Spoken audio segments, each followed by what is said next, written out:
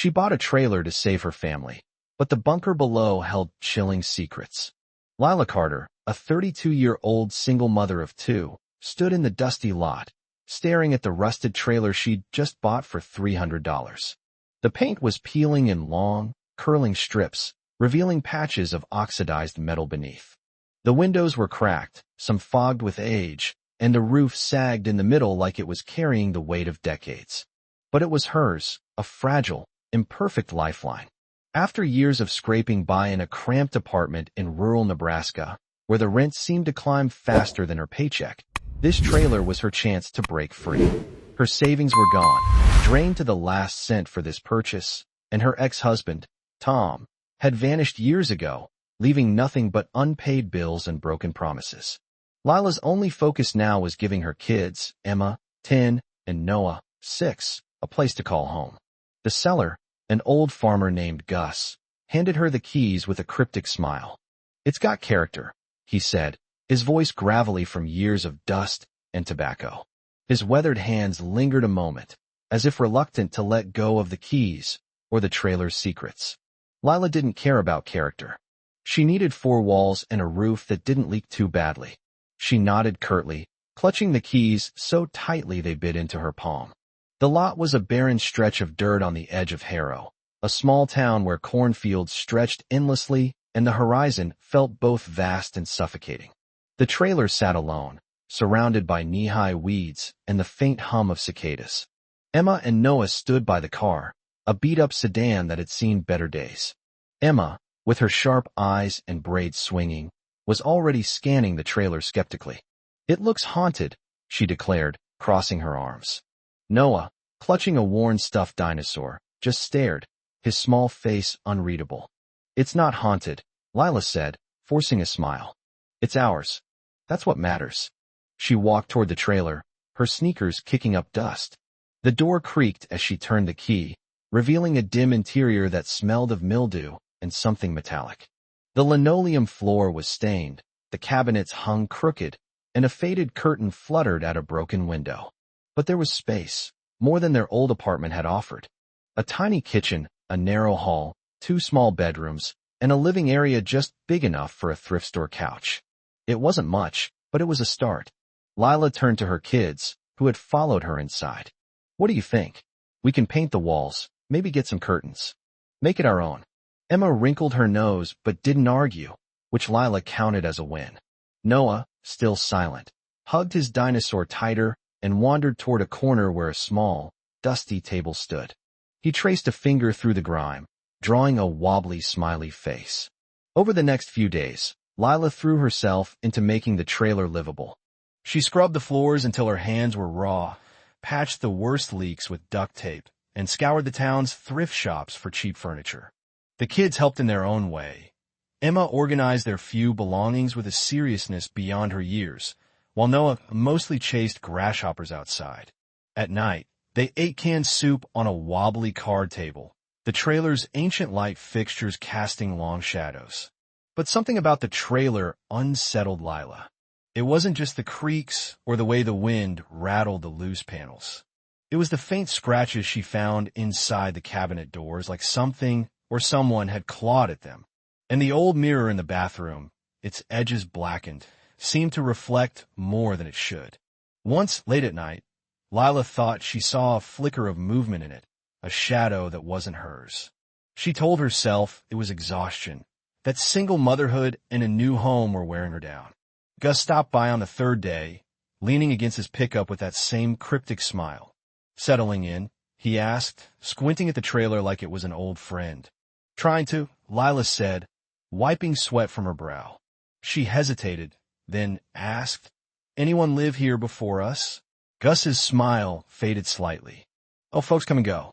Trailers like this, they got stories. Don't worry, though. It's a good place for a fresh start." He tipped his hat and drove off, leaving Lila with more questions than answers. That night, as thunder rumbled in the distance, Emma woke Lila with a whisper. "Mom, there's something under my bed." Lila sighed, expecting a spider or a stray toy, but when she checked, there was nothing but dust. Still, Emma's wide eyes held a fear Lila couldn't dismiss. She let both kids sleep in her room, their small bodies curled against her. As the storm rolled in, the trailer groaned like it was alive, and Lila lay awake, wondering if she'd made a terrible mistake. The first week in the trailer was a blur of chaos and sweat. Lila's hands were raw from scrubbing moldy walls with bleach, the sharp chemical smell clinging to her clothes. She patched leaks in the ceiling with duct tape and caulk, cursing under her breath every time a new drip found its way through.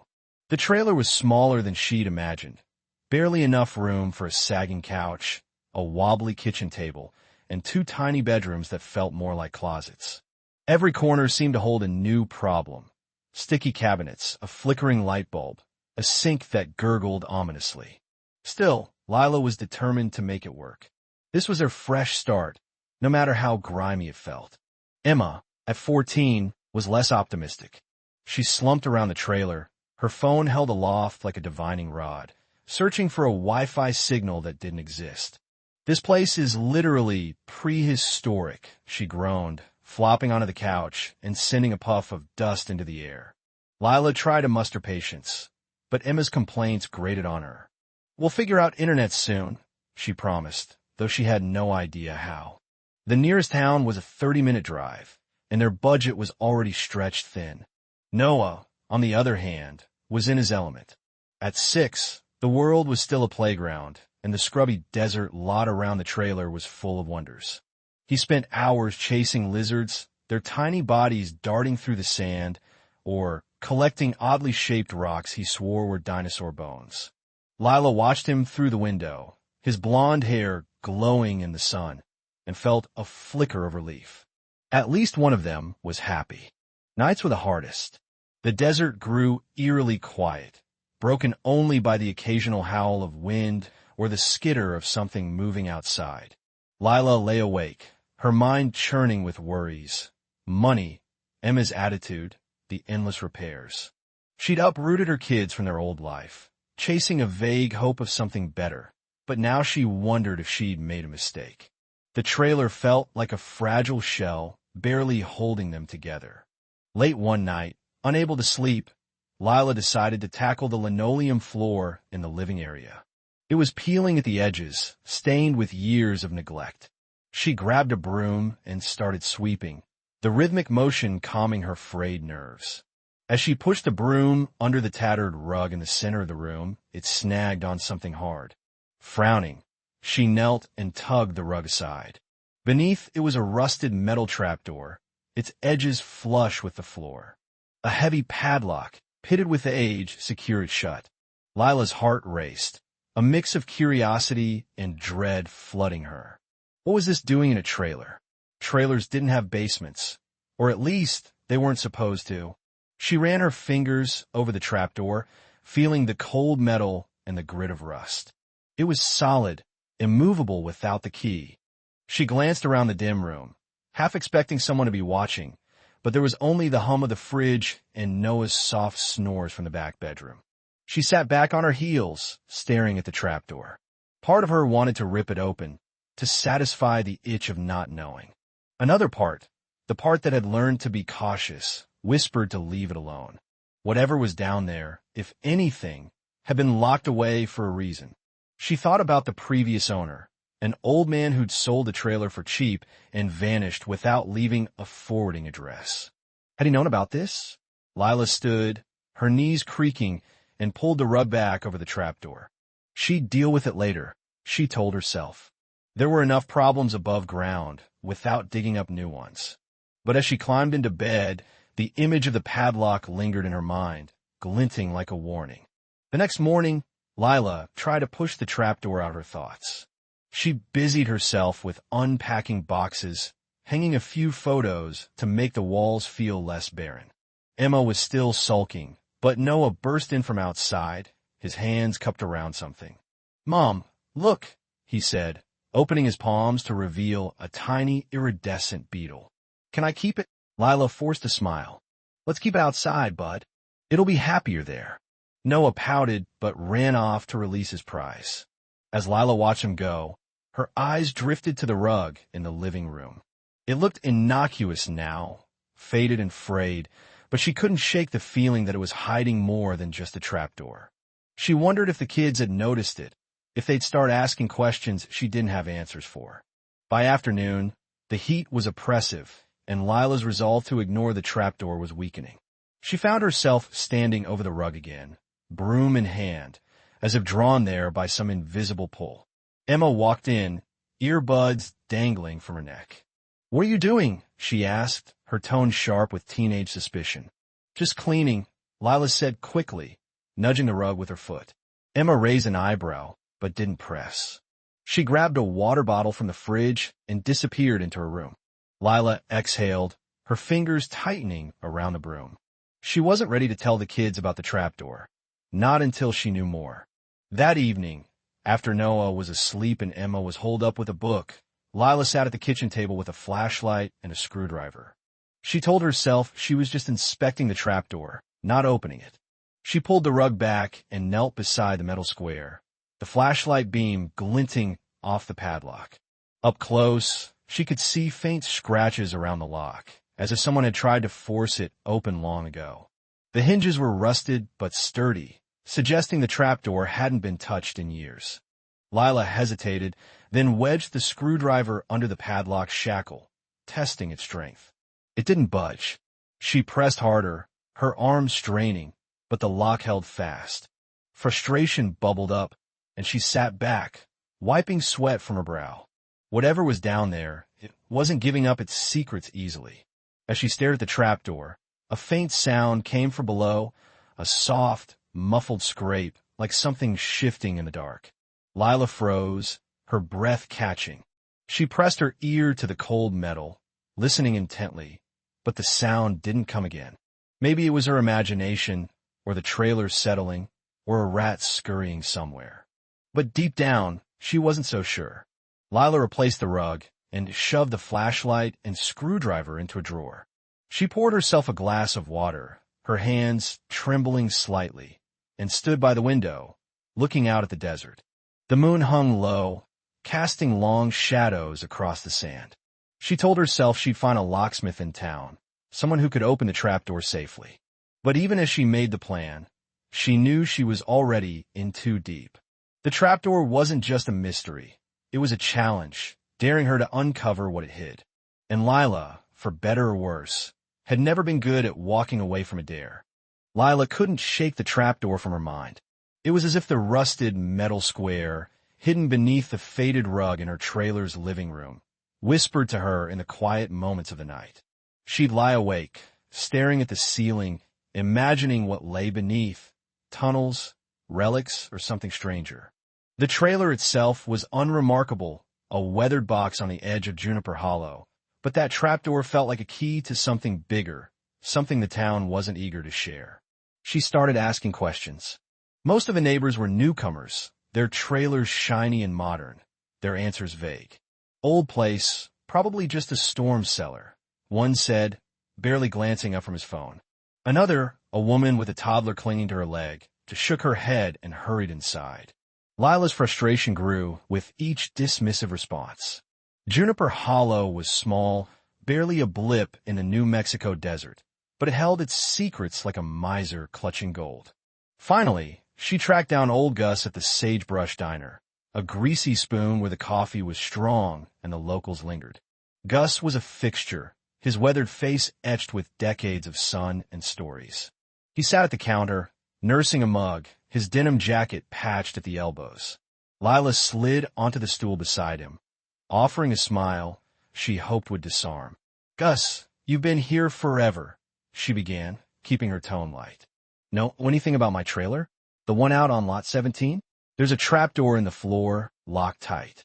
Gus didn't look up, just stirred his coffee, the spoon clinking softly. "Cold War days, folks built all sorts of things," he muttered, his voice gravelly. "Shelters, bunkers, you name it. People were scared of the bomb."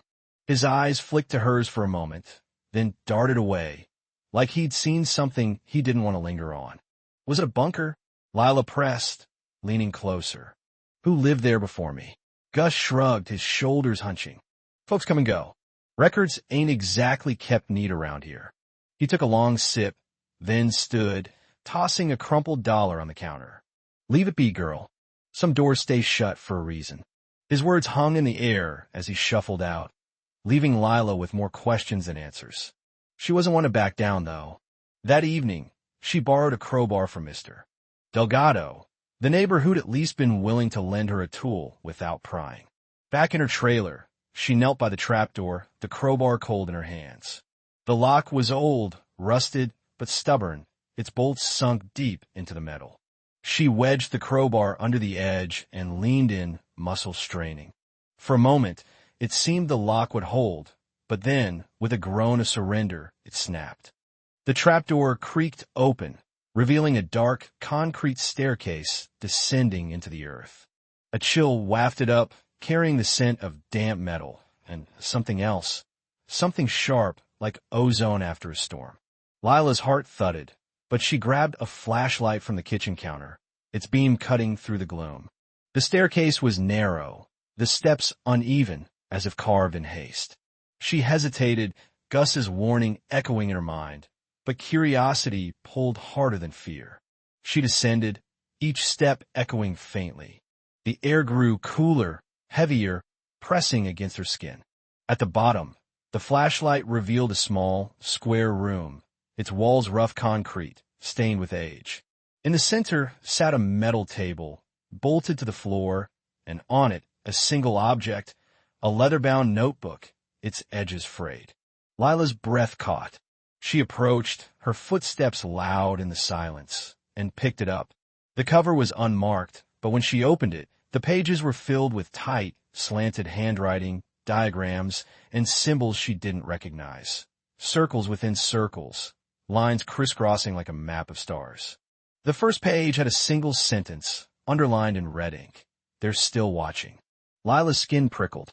She flipped through the notebook, catching fragments, dates from the 1960s, mentions of the project, words like containment and anomaly. One page had a rough sketch of Juniper Hollow, her trailer marked with an X. Her hands shook as she read, the beam of her flashlight jittering across the page. Whatever this was, it wasn't just a bunker. It was something deliberate, something hidden. A faint hum started, low at first, then growing, vibrating through the concrete. Lila froze.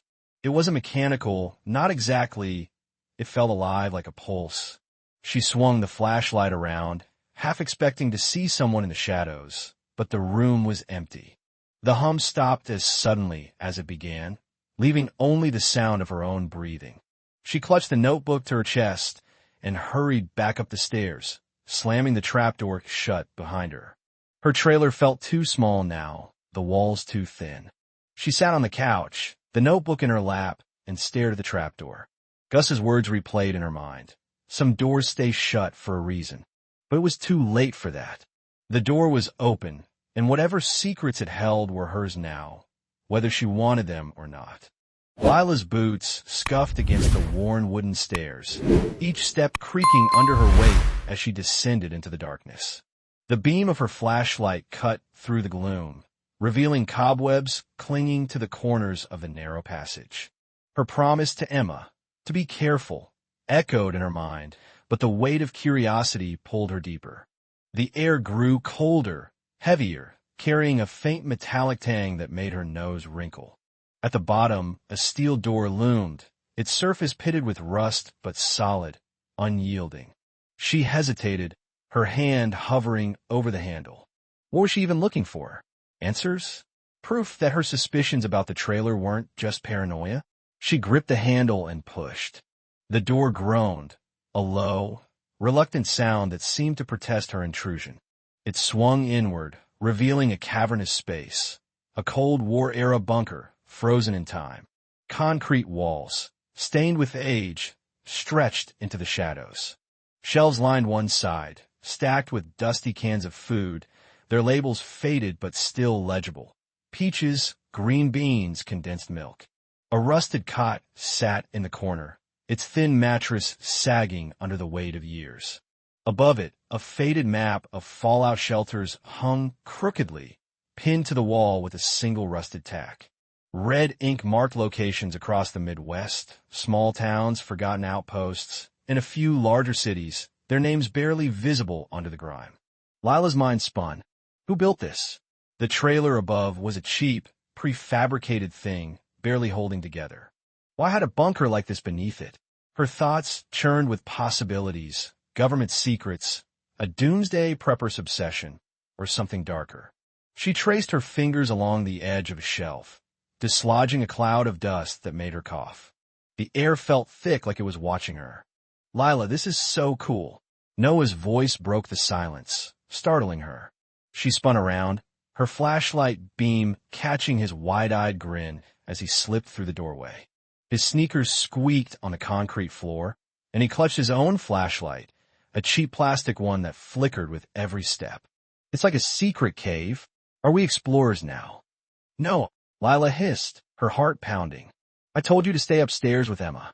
Her voice was sharper than she intended, but the chill creeping up her spine made her jumpy. This wasn't a game. The bunker felt wrong, like it was holding its breath, waiting for something. Noah's grin faltered, but his curiosity didn't. Come on, Lila, it's awesome. Look at all this stuff. He darted toward a metal crate in the corner, its lid half open, revealing a jumble of old radios and tangled wires. Maybe there's treasure. Noah, stop. Lila grabbed his arm, pulling him back. Her flashlight swept the room, catching glints of metal and shadows that seemed to shift just beyond her vision. We don't know what this place is. It could be dangerous. He pouted, crossing his arms. You know, fun. It's just an old basement. It's not a basement, she snapped, then softened her tone. Noah was only 9, too young to sense the unease that gnawed at her. She knelt to his level, forcing a smile. Look, let's check it out together, okay? But you stay close. No running off. Noah nodded, his eyes brightening again. Lila stood, her gaze returning to the map. She stepped closer, squinting at the faded markings. One that, circled in red, was labeled Haven, Kansas. Her breath caught. That was their town, the trailer's address. She scanned the map for more clues, but the paper was brittle, crumbling at the edges. A faint scribble in the corner caught her eye. Initials, maybe? G. And a date, 1962. Her stomach twisted. Whoever built this had planned for something big, something catastrophic. She turned back to the room, her flashlight illuminating a desk tucked against the far wall. Papers were scattered across it, yellowed and curling. She approached cautiously, her boots echoing in the silence.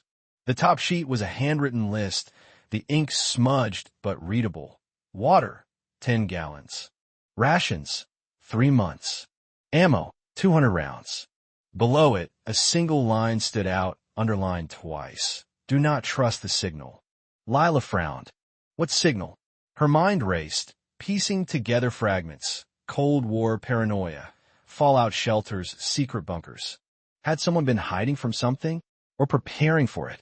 She rifled through the papers, finding diagrams of radio equipment and a faded photograph of a man in a military uniform, his face stern, eyes shadowed. On the back, in the same handwriting as the list, was a single word, safe. Lila, what's that? Noah's voice was quieter now, his earlier excitement replaced with a hint of unease. He pointed to a metal hatch in the floor, half hidden under a pile of empty crates. It was padlocked, the chain thick and rusted but intact. Lila's pulse quickened. I don't know, she admitted, her voice barely above a whisper. She knelt beside the hatch, running her fingers over the cold metal. It was heavy, built to keep something or someone out. Or in. She tugged at the padlock, but it didn't budge. Part of her was relieved. Another part screamed to know what was behind it. We should go back upstairs, she said, standing abruptly. The bunker's walls seemed to close in, the air growing heavier. Emma's probably worried. But we didn't find the treasure. Noah protested, though his voice lacked conviction. He glanced at the hatch, then back at Lila, his eyes wide. There's no treasure here, Lila said firmly, though she wasn't sure she believed it. Something about this place, its secrets, its silence, felt like it was hiding more than just dust and old cans. She grabbed Noah's hand, pulling him toward the stairs. As they climbed, the steel door groaned shut behind them, the sound echoing like a warning.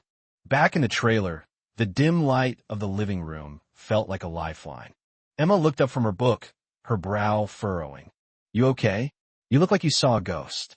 Lila forced a laugh, but it sounded hollow. "Just an old bunker.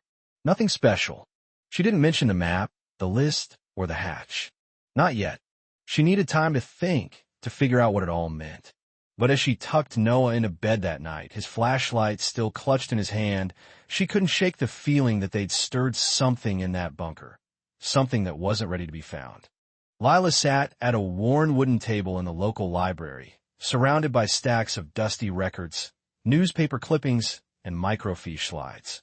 The air smelled of old paper and ink, and the hum of the library's ancient heater provided a steady backdrop to her focus. She had spent days piecing together the trailer story, driven by an unshakable curiosity about the bunker hidden beneath it. Each document she uncovered felt like a breadcrumb leading her deeper into a mystery that had been buried for decades. Her research began with the land itself. Property records from the county clerk's office revealed that in the 1960s, the plot where the trailer park now stood belonged to Elmer Grayson, a reclusive farmer known in town for his distrust of outsiders. Lila found a 1962 deed confirming Grayson's ownership, along with a surveyor's map that marked the boundaries of his 50-acre property. A handwritten note in the margin of the map caught her eye. Shelter completed, October 62. The timing aligned perfectly with the Cuban Missile Crisis, when fear of nuclear war gripped the nation. Elmer, it seemed, had built the bunker as a refuge from a world he believed was teetering on the edge of annihilation. Lila leaned back in her chair, picturing Elmer Grayson, a man hardened by years of working the land, his eyes scanning the horizon for threats that might never come. What kind of fear, she wondered, would drive someone to pour their savings into a concrete tomb buried beneath the earth? She jotted down questions in her notebook. Why a bunker? Did he have family to protect? Was he alone? Digging deeper, Lila uncovered a series of articles in the Willow Creek Gazette from the early 60s. One headline read, "Local farmer warns of Soviet threat at town meeting." The article described Elmer storming into a community gathering, railing against government inaction and urging neighbors to prepare for the end. Townsfolk dismissed him as eccentric, even unhinged, but Lila sensed something more in his fervor, a man haunted by a vision of destruction he couldn't shake. Another clipping mentioned Elmer's refusal to sell his crops to a nearby co-op, claiming they were infiltrated by Reds. His paranoia, it seemed, extended beyond global politics to the people around him. The land changed hands in 1983 when Elmer sold it to a developer named Harold Vance. Lila found the sale record tucked into a folder of tax documents. The price was surprisingly low, $12,000 for 50 acres, suggesting Elmer was either desperate or indifferent to profit. A brief obituary from 1985 noted Grayson's death at age 67, describing him as a solitary figure with no surviving family. Lila paused, her pen hovering over her notebook. Had Elmer built the bunker for himself alone? The thought made her chest tighten with a mix of pity and unease. The trailer park's history was murkier. Vance had subdivided the land, selling parcels to various owners over the years. By the late 80s, the Willow Creek Mobile Home Park had taken shape, a patchwork of single-wides and double-wides occupied by working-class families and retirees.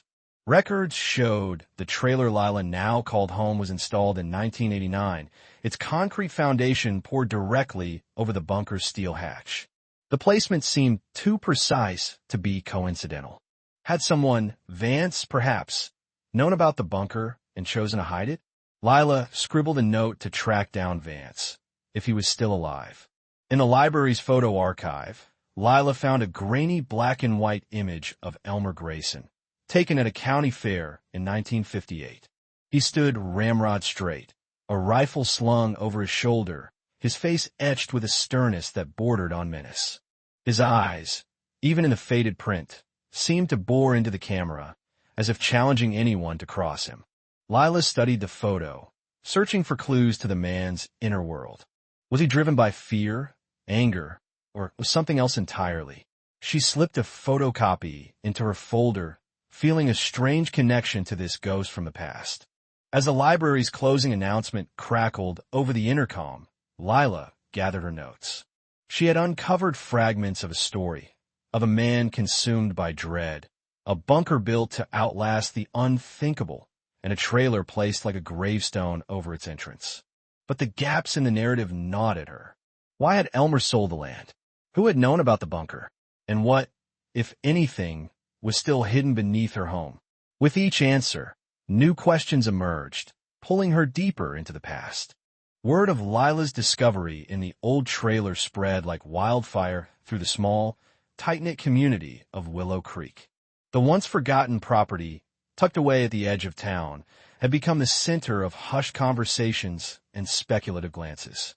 Neighbors who had barely spoken to Lila since she moved in now approached her with a mix of curiosity and unease, their voices low as they shared fragmented stories about the trailer's former owner, Elmer Grayson. Mabel Thornton, an elderly woman with a sharp memory despite her frail frame, was the first to corner Lila outside the general store. Her hands trembled slightly as she clutched her cane, her eyes glinting with the weight of old secrets.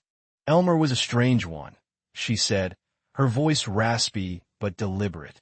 Kept himself, mostly.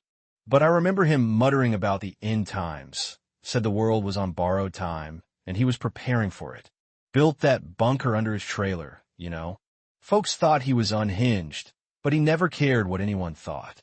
Mabel paused, her gaze drifting toward the horizon. You be careful, Lila. That place, it's got a shadow over it.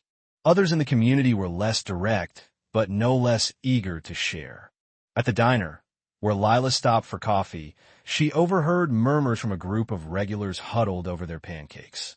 They spoke of Elmer's late-night habits, how he'd been seen pacing the perimeter of his property, flashlight in hand, as if guarding something.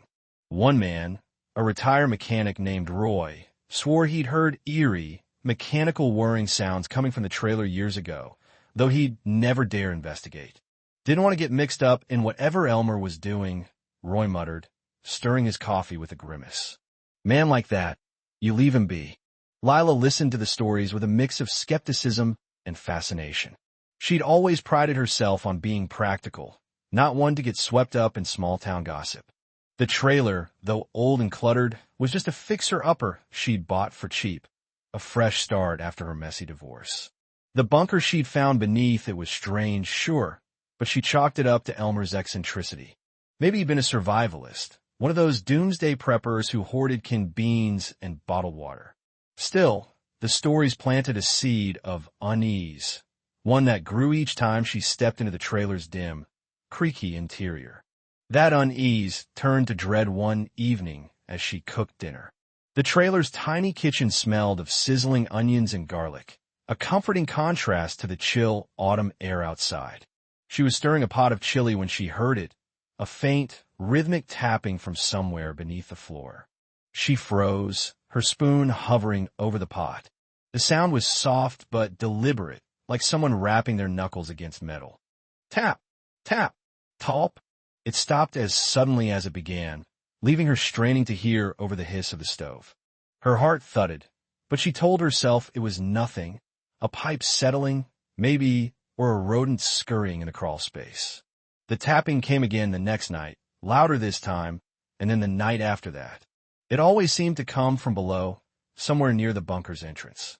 Lila tried to ignore it, turning up the radio or focusing on her renovation plans, but the sound burrowed into her thoughts, fraying her nerves. She couldn't shake the feeling that it wasn't random, that something or someone was trying to get her attention. Determined to put her mind at ease, Lila returned to the bunker. The trapdoor beneath the trailer's living room rug groaned as she pulled it open, revealing the narrow ladder descending into darkness. She flicked on her flashlight, its beam cutting through the musty air as she climbed down. The bunker was as she'd left it, a cramped, concrete room with shelves of dusty supplies, canned food, batteries, a first aid kit, all untouched for years. But this time, her eyes caught on something she hadn't noticed before, a small, rusted metal box tucked into the far corner, half hidden behind a stack of moldy cardboard. The box was heavy, its surface pitted with rust and secured with a sturdy padlock. Lila knelt beside it, running her fingers over the cold metal. There were no markings, no clues about what it held, but its weight and the strength of the lock suggested something valuable or dangerous. She tugged at the padlock, but it held firm. Frustrated, she scoured the bunker for a key, checking every shelf and crevice, but found nothing. The tapping started again as she worked, louder now, echoing faintly off the concrete walls. It seemed to come from the box itself, though she couldn't be sure. Her pulse quickened, and she backed away, the flashlight trembling in her hand. Back in the trailer, Lila tried to distract herself with routine, washing dishes, sketching ideas for new flooring, but the tapping followed her. It came in bursts, sometimes faint, sometimes sharp, always from below.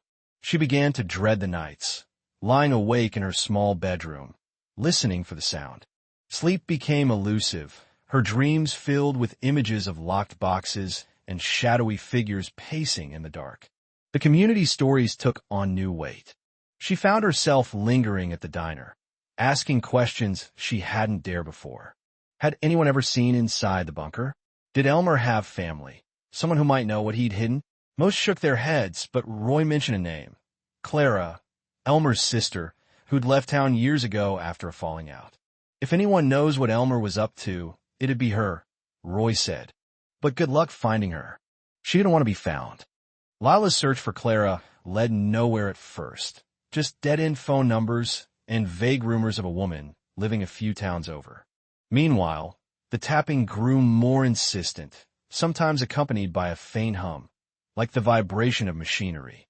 One night, desperate for answers, Lila dragged a crowbar to the bunker and attacked the metal box. The padlock held, but the effort left her breathless, her hands aching. As she slumped against the wall, the tapping stopped abruptly, replaced by a low, guttural sound, like a moan or a word she couldn't quite make out. She stumbled back to the ladder, her flashlight flickering as if the batteries were dying. The bunker felt smaller, the air thicker, as though the walls were closing in. Lila climbed out, slammed the trapdoor shut, and shoved the rug back over it. She didn't sleep that night, her mind racing with questions. What had Elmer been hiding? Why had he built the bunker? And what was making that sound? The next morning, Lila made a decision. She couldn't stay in a trailer, not like this. But she also couldn't walk away, not until she knew the truth. She grabbed her phone and dialed the number of a locksmith in the next town over, her voice steady despite the knot in her stomach. Whatever was in that box, whatever secrets Elmer had buried, she was going to find out. Lila's hands trembled slightly as she dialed the locksmith's number, the old rotary phone creaking with each turn. The mysterious box, discovered in the dusty corner of the bunker beneath her late Uncle Elmer's cabin, had consumed her thoughts since they'd found it. Its rusted lock and scratched surface hinted at secrets long buried, and Lila's curiosity burned hotter than her apprehension. The locksmith, a grizzled man named Hank with a penchant for humming old country tunes, arrived within the hour. He knelt before the box, his tools clinking softly as he worked. "Old thing, ain't it?" Hank muttered, squinting at the lock. "Haven't seen one like this in years. Military grade, maybe." His pick slipped into the mechanism, and after a few tense minutes, the lock gave a satisfying click. Lila's breath caught as Hank stepped back, wiping his hands on his overalls. "All yours, ma'am." Lila hesitated, her fingers hovering over the lid. Her daughter, Emma, stood beside her, wide-eyed and clutching her stuffed rabbit, Mr. Whiskers. The dim light of the bunker's single bulb cast long shadows across the concrete walls, making the moment feel heavier than it should. With a deep breath, Lila lifted the lid. Inside, the box was a time capsule of a bygone era. A stack of leather-bound journals, their pages yellowed and edges curling, lay neatly arranged next to a bundle of folded maps. A single grainy Polaroid sat atop the pile, its edges frayed. Lila picked it up gingerly, her eyes tracing the image of a young couple standing in front of a cabin. This cabin, she realized with a start. The man, tall and broad-shouldered, had Elmer's sharp jawline, though his smile was softer than the stern portrait in the family album. The woman beside him, her hair swept back in a 1960s bouffant, looked radiant but weary, her hand resting lightly on Elmer's arm. Lila's heart twinged. Could this be Aunt Clara, Elmer's wife, who'd passed before Lila was born? She set the photo aside and reached for the journals. The first one she opened was filled with Elmer's tight, meticulous handwriting. The early entries were methodical, almost clinical, detailing his preparations for the bunker. October 12, 1962, one began. The world's on edge. Cuba's got missiles, and Kennedy's not backing down. Built the bunker to protect Clara and the kids. Stocked it with enough food for 2 years. If the bombs fall, we'll be ready.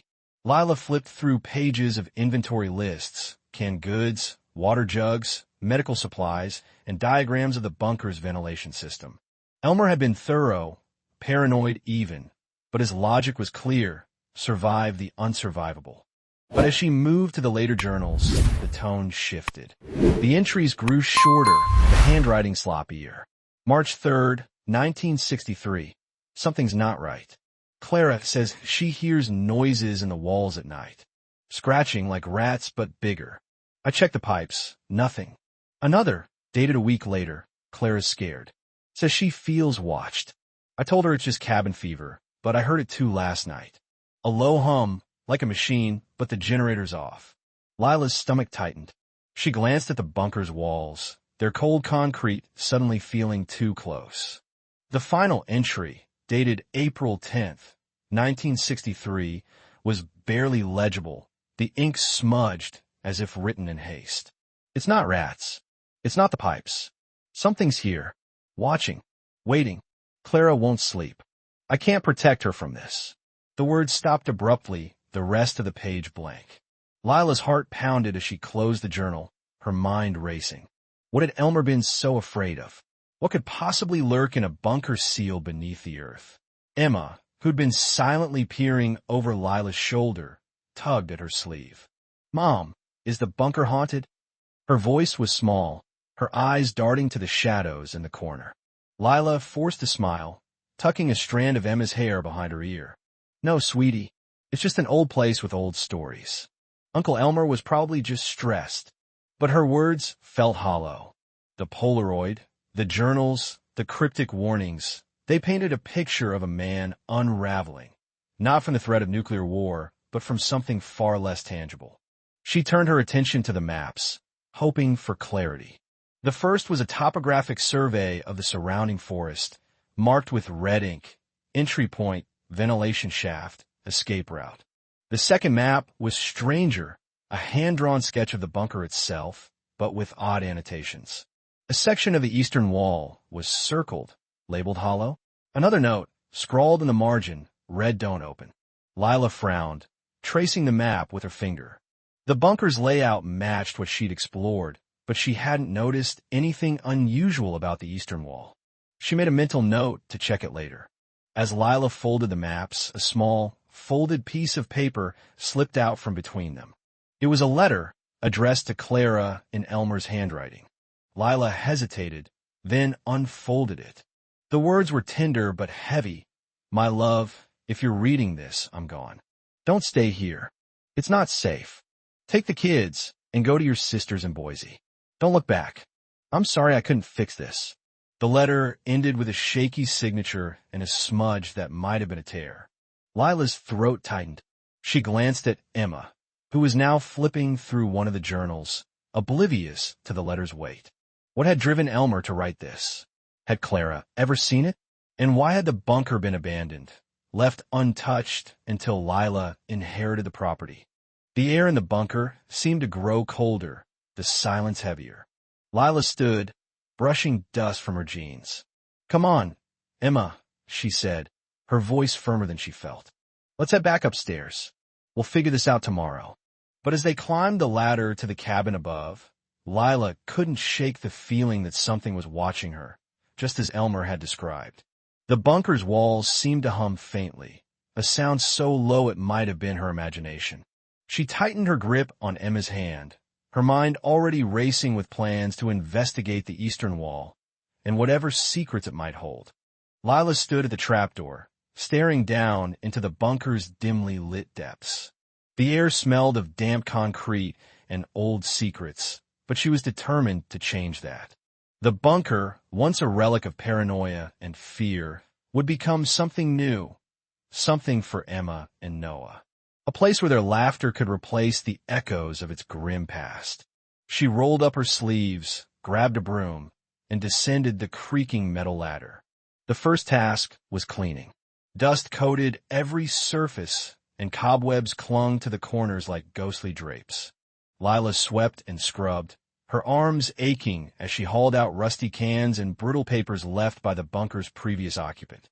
She found a cracked radio, its dials frozen, and a stack of faded maps marked with cryptic symbols. She set them aside, unwilling to dwell on their meaning. The journals, with their unsettling entries, were already tucked safely in a locked drawer in the trailer. She didn't need more reminders of the bunker's history. Next came the transformation. Lila drove to the hardware store in town, her pickup truck rattling along the winding roads. She returned with cans of bright paint, sunflower yellow and sky blue, along with strings of fairy lights and a few rolls of peel-and-stick wallpaper patterned with stars. She worked late into the night, painting the walls with broad, hopeful strokes. The yellow warmed the cold concrete, and the blue gave the space an open, airy feel. She hung the fairy lights in loops across the ceiling, their soft glow banishing the bunker's oppressive darkness. A small rug, salvaged from the trailer storage, added a touch of coziness to the floor. When it was done, Lila stepped back and surveyed her work. The bunker no longer felt like a tomb. It was a space reborn, ready to hold new memories. She called Emma and Noah down, their small feet thundering across the trailer's floor as they raced to the trapdoor. "Close your eyes," Lila instructed, guiding them down the ladder. When they opened their eyes, their gasps filled the room. "It's like a secret fort," Emma squealed, her pigtails bouncing as she spun in a circle.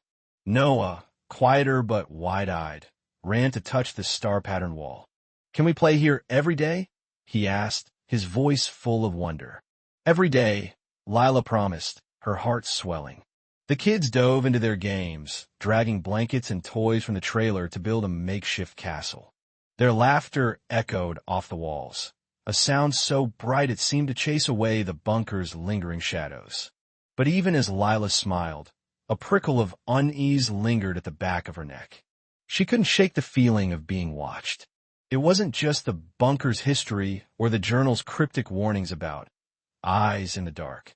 It was something more immediate, a faint rustle in the woods beyond the trailer, a shadow that seemed to shift just out of sight. She'd checked the perimeter twice that week, finding nothing but deer tracks and broken branches. Still, the feeling persisted. Determined to secure their new home, Lila installed a heavy-duty lock on the trapdoor, its click a reassuring sound each night. She double-checked the trailer's windows and doors, ensuring every latch was tight. The journals remained hidden in the locked drawer, their leather covers untouched since she'd last read them. She didn't want to think about the scrawled entries, dates, coordinates, and frantic notes about them coming closer. The words felt too heavy, too real. The trailer itself had become a haven. Lila had hung curtains, planted herbs in pots along the windowsill, and set up a small table for family dinners. Emma and Noah's drawings covered the fridge, splashes of color that made the space feel alive. At night, they'd curl up on the couch, reading stories or playing board games until yawns overtook them. The trailer was home now, a place of warmth and routine. But the bunker, even transformed, remained a quiet reminder of something unsettled. One evening, as Lila tucked the kids into bed, Emma's voice broke the quiet. "Mom, does the fort have ghosts?" Her eyes were wide, her stuffed rabbit clutched tight. Lila forced a smile, brushing a strand of hair from Emma's forehead. "No ghosts, sweetheart. Just a fun place for you and Noah. It's all ours now." Noah, already half asleep, mumbled, "I saw a light in the woods. Like a flashlight, but it went away." Lila's stomach twisted, but she kept her voice steady. Probably just a firefly, buddy. Nothing to worry about. She kissed them both good night, her mind racing as she closed their door. Later, she stood at the trailer's window, staring into the dark woods. The trees swayed in the breeze, their branches casting jagged shadows across the ground. No lights, no movement, just the night, vast and silent. She gripped the curtain, her knuckles white, and told herself it was nothing. The bunker was secure. The trailer was home. They were safe. But as she turned off the lights and climbed into bed, the feeling of being watched settled over her like a second skin. The bunker's history wasn't just a shadow. It was a presence, patient and waiting. The storm raged outside, its howling winds rattling the windows of the old house. Rain lashed against the panes, and thunder rolled in the distance, shaking the walls. Lila sat in the dim glow of a single lamp, her book forgotten in her lap. The tapping had returned, louder this time, more insistent, like a desperate plea clawing its way through the night. It wasn't the storm. It was something else, something buried deep beneath the house, in the bunker she'd sworn never to revisit. She tried to ignore it, focusing on the patter of rain, but the rhythm of the tapping grew erratic, urgent. It wasn't random. It felt deliberate, like a message meant for her. Lila's pulse quickened. She hadn't been back to the bunker since she'd found her great-uncle Elmer's cryptic journal, its pages filled with warnings about listeners and signals. She dismissed it as the ravings of a paranoid recluse, but the sound now gnawing at her resolve suggested otherwise. With a shaky breath, she grabbed the flashlight from the kitchen drawer, its beam cutting through the shadows as she descended the creaking stairs to the basement. The air grew colder, heavier, as she approached the steel door of the bunker. Her fingers hesitated on the rusted latch, the tapping louder now, echoing from within like a heartbeat trapped in stone. She pushed the door open, the hinges groaning in protest, and stepped inside. The bunker was as she'd left it, a claustrophobic chamber of concrete walls, lined with shelves of canned goods and faded maps. The air smelled of damp earth and old metal. Her flashlight swept the room, catching glints of dust motes suspended in the beam. The tapping stopped abruptly, leaving only the distant rumble of thunder. Lila's skin prickled. She felt watched, though she was alone, or so she thought. Her eyes fell on a section of the wall near the far corner, where a metal panel sat slightly askew, its edges misaligned with the surrounding concrete. She hadn't noticed it before. The panel was unremarkable, just a square of rusted steel, but the faint scratches around its edges suggested it had been tampered with, or opened. Her heart pounded as she approached, the flashlight trembling in her grip. The tapping resumed, softer now, emanating from behind the panel. Lila set the flashlight on a nearby shelf, its beam illuminating the wall, and tugged at the panel. It resisted at first, then gave way with a grating screech, revealing a narrow tunnel beyond. The passage was barely wide enough for her shoulders, its walls rough-hewn and slick with moisture. A faint draft carried the scent of something metallic, like old copper. She hesitated, her mind screaming to turn back, but the pull of the unknown was stronger. If Elmer had hidden something down here, she needed to know what it was. She crawled through the tunnel, her knees scraping against the cold stone, her breath shallow in the confined space. The tapping grew clearer, more rhythmic, as if guiding her forward. After what felt like an eternity, the tunnel opened into a small, circular chamber, no larger than a closet. The walls were bare except for a single object, a dusty, ancient radio perched on a wooden crate. Its dials were cracked, its antenna bent, but it hummed faintly, as if alive. Lila froze as the radio crackled to life, without warning, static bursting through the silence. Faint voices emerged from the noise, fragmented, overlapping, speaking in languages she couldn't place. Some sounded human, others guttural, almost mechanical. Her hands shook as she reached for the power knob, her fingers brushing the cold metal. The voices stopped abruptly, replaced by a single, clear whisper. her name, spoken in a tone that sent ice down her spine. She yanked her hand back, heart hammering, and twisted the knob to shut it off. The silence that followed was deafening. Was this Elmer's paranoia, or something more? His journal had mentioned signals from beyond, warnings about voices that knew too much. Lila had thought it was madness, but now, in this buried chamber, doubt gnawed at her. The radio sat silent, but its presence felt like a challenge, daring her to turn it on again. She didn't. Instead, she backed away, her flashlight beam jittering across the walls. She needed to leave, to seal this place, and forget it. Crawling back through the tunnel, her mind raced. The voices, had they been real, or was the isolation of this house playing tricks on her? She emerged in the bunker, her clothes damp with sweat and grime, and shoved the panel back into place, hammering it shut with a nearby wrench. The tapping had stopped, but the weight of what she'd heard lingered, heavy as the storm outside. Lila climbed the stairs, locked the bunker door, and sank onto the couch, the flashlight still clutched in her hand. She vowed to leave the tunnel alone, to ignore the radio's call. But as the storm raged on, a new sound crept into the edges of her awareness, a faint hum, like a signal struggling to break through. She closed her eyes, willing it to stop, but deep down, she knew the truth. Whatever was down there wasn't finished with her yet. The tapping grew clearer, more rhythmic, as if guiding her forward. After what felt like an eternity, the tunnel opened into a small, circular chamber, no larger than a closet. The walls were bare except for a single object, a dusty, ancient radio perched on a wooden crate. Its dials were cracked, its antenna bent, but it hummed faintly, as if alive. Lila froze as the radio crackled to life, without warning, static bursting through the silence. Faint voices emerged from the noise, fragmented, overlapping, speaking in languages she couldn't place. Some sounded human, others guttural, almost mechanical. Her hands shook as she reached for the power knob, her fingers brushing the cold metal. The voices stopped abruptly, replaced by a single, clear whisper. Her name, spoken in a tone that sent ice down her spine. She yanked her hand back, heart hammering, and twisted the knob to shut it off. The silence that followed was deafening. Was this Elmer's paranoia, or something more?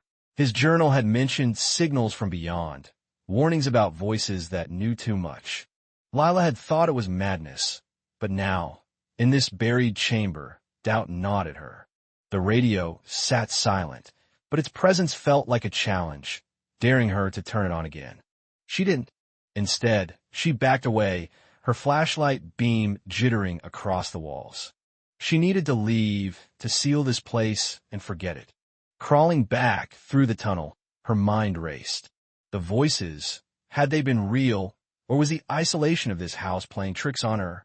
She emerged in the bunker, her clothes damp with sweat and grime, and shoved the panel back into place, hammering it shut with a nearby wrench.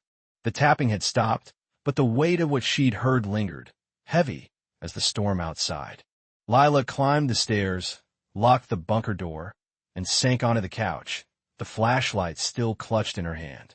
She vowed to leave the tunnel alone, to ignore the radio's call. But as the storm raged on, a new sound crept into the edges of her awareness, a faint hum, like a signal struggling to break through. She closed her eyes, willing it to stop, but deep down, she knew the truth. Whatever was down there wasn't finished with her yet. Lila sat at the worn kitchen table, her laptop open to the Farmer's Heartland Tales YouTube channel. The cursor hovered over the upload button.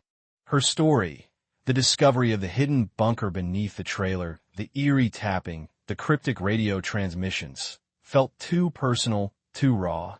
But something urged her to share it. Maybe it was the hope of finding others who'd stumbled across similar secrets. Or maybe it was just a need to unburden herself. She clicked. The video, a simple recording of her recounting the past few months, began its journey into the world. Within days, the video exploded. Comments flooded in, some skeptical, others awestruck. "You're living in a sci-fi novel," one viewer wrote. Another asked, Have you checked for more hidden compartments? Lila read each one, her kids peering over her shoulder, giggling at the emojis and exclamation points. By the end of the week, the video had thousands of views, and strangers began reaching out. A local farmer dropped off a crate of apples. A woman from the next county sent a box of canning jars. Then came the email from a contractor named Tom, offering to fix the trailer's leaking roof for free. "I saw your story," he wrote. "You're doing right by those kids."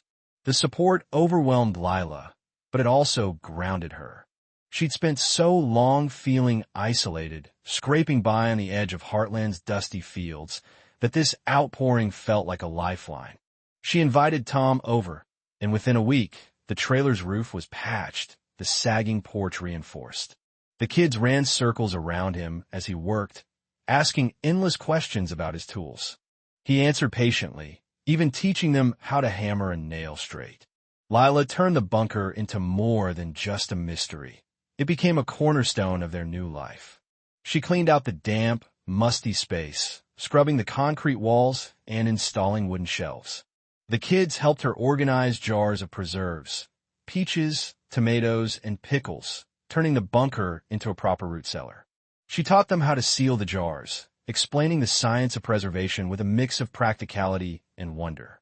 "This is how we take care of ourselves," she told them, her voice steady. "No matter what comes, we'll be ready." At night, after the kids were asleep, Lila would sit by the radio, its dial still set to the frequency where she'd once heard those strange, garbled voices. The tapping had stopped months ago, as inexplicably as it began.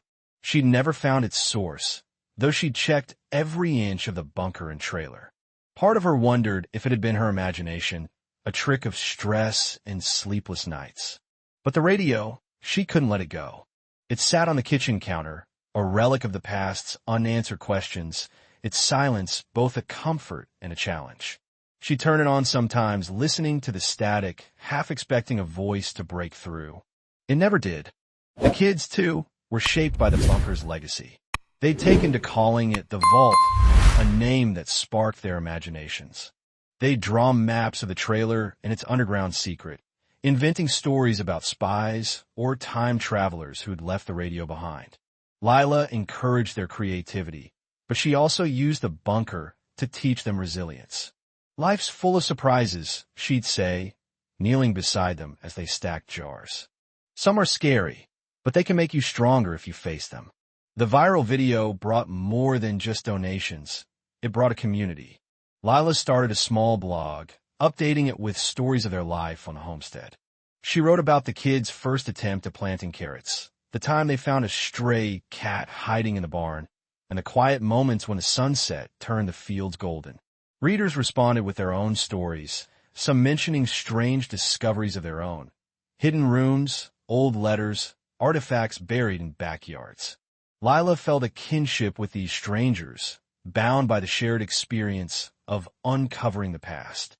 One afternoon, a package arrived with no return address. Inside was a handwritten note for the bunker kids. It contained a set of walkie-talkies, sleek and modern, with a range of several miles. The kids were thrilled, racing outside to test them, their voices crackling through the air as they played. Lila watched from the porch, a smile tugging at her lips. The walkie-talkies were a far cry from the ancient radio in the bunker, but they symbolized something new: connection, not isolation. As the seasons turned, the trailer felt less like a temporary shelter and more like a home. The kids' laughter filled the air, mingling with the hum of cicadas. Lila kept teaching, kept preserving, kept writing. The bunker, once a source of fear, had become a foundation, literal and metaphorical. It held their food, their stories, their strength. The mysteries of its origins lingered, but Lila no longer needed answers. She and her kids had built something stronger than secrets, a future carved out on their own terms.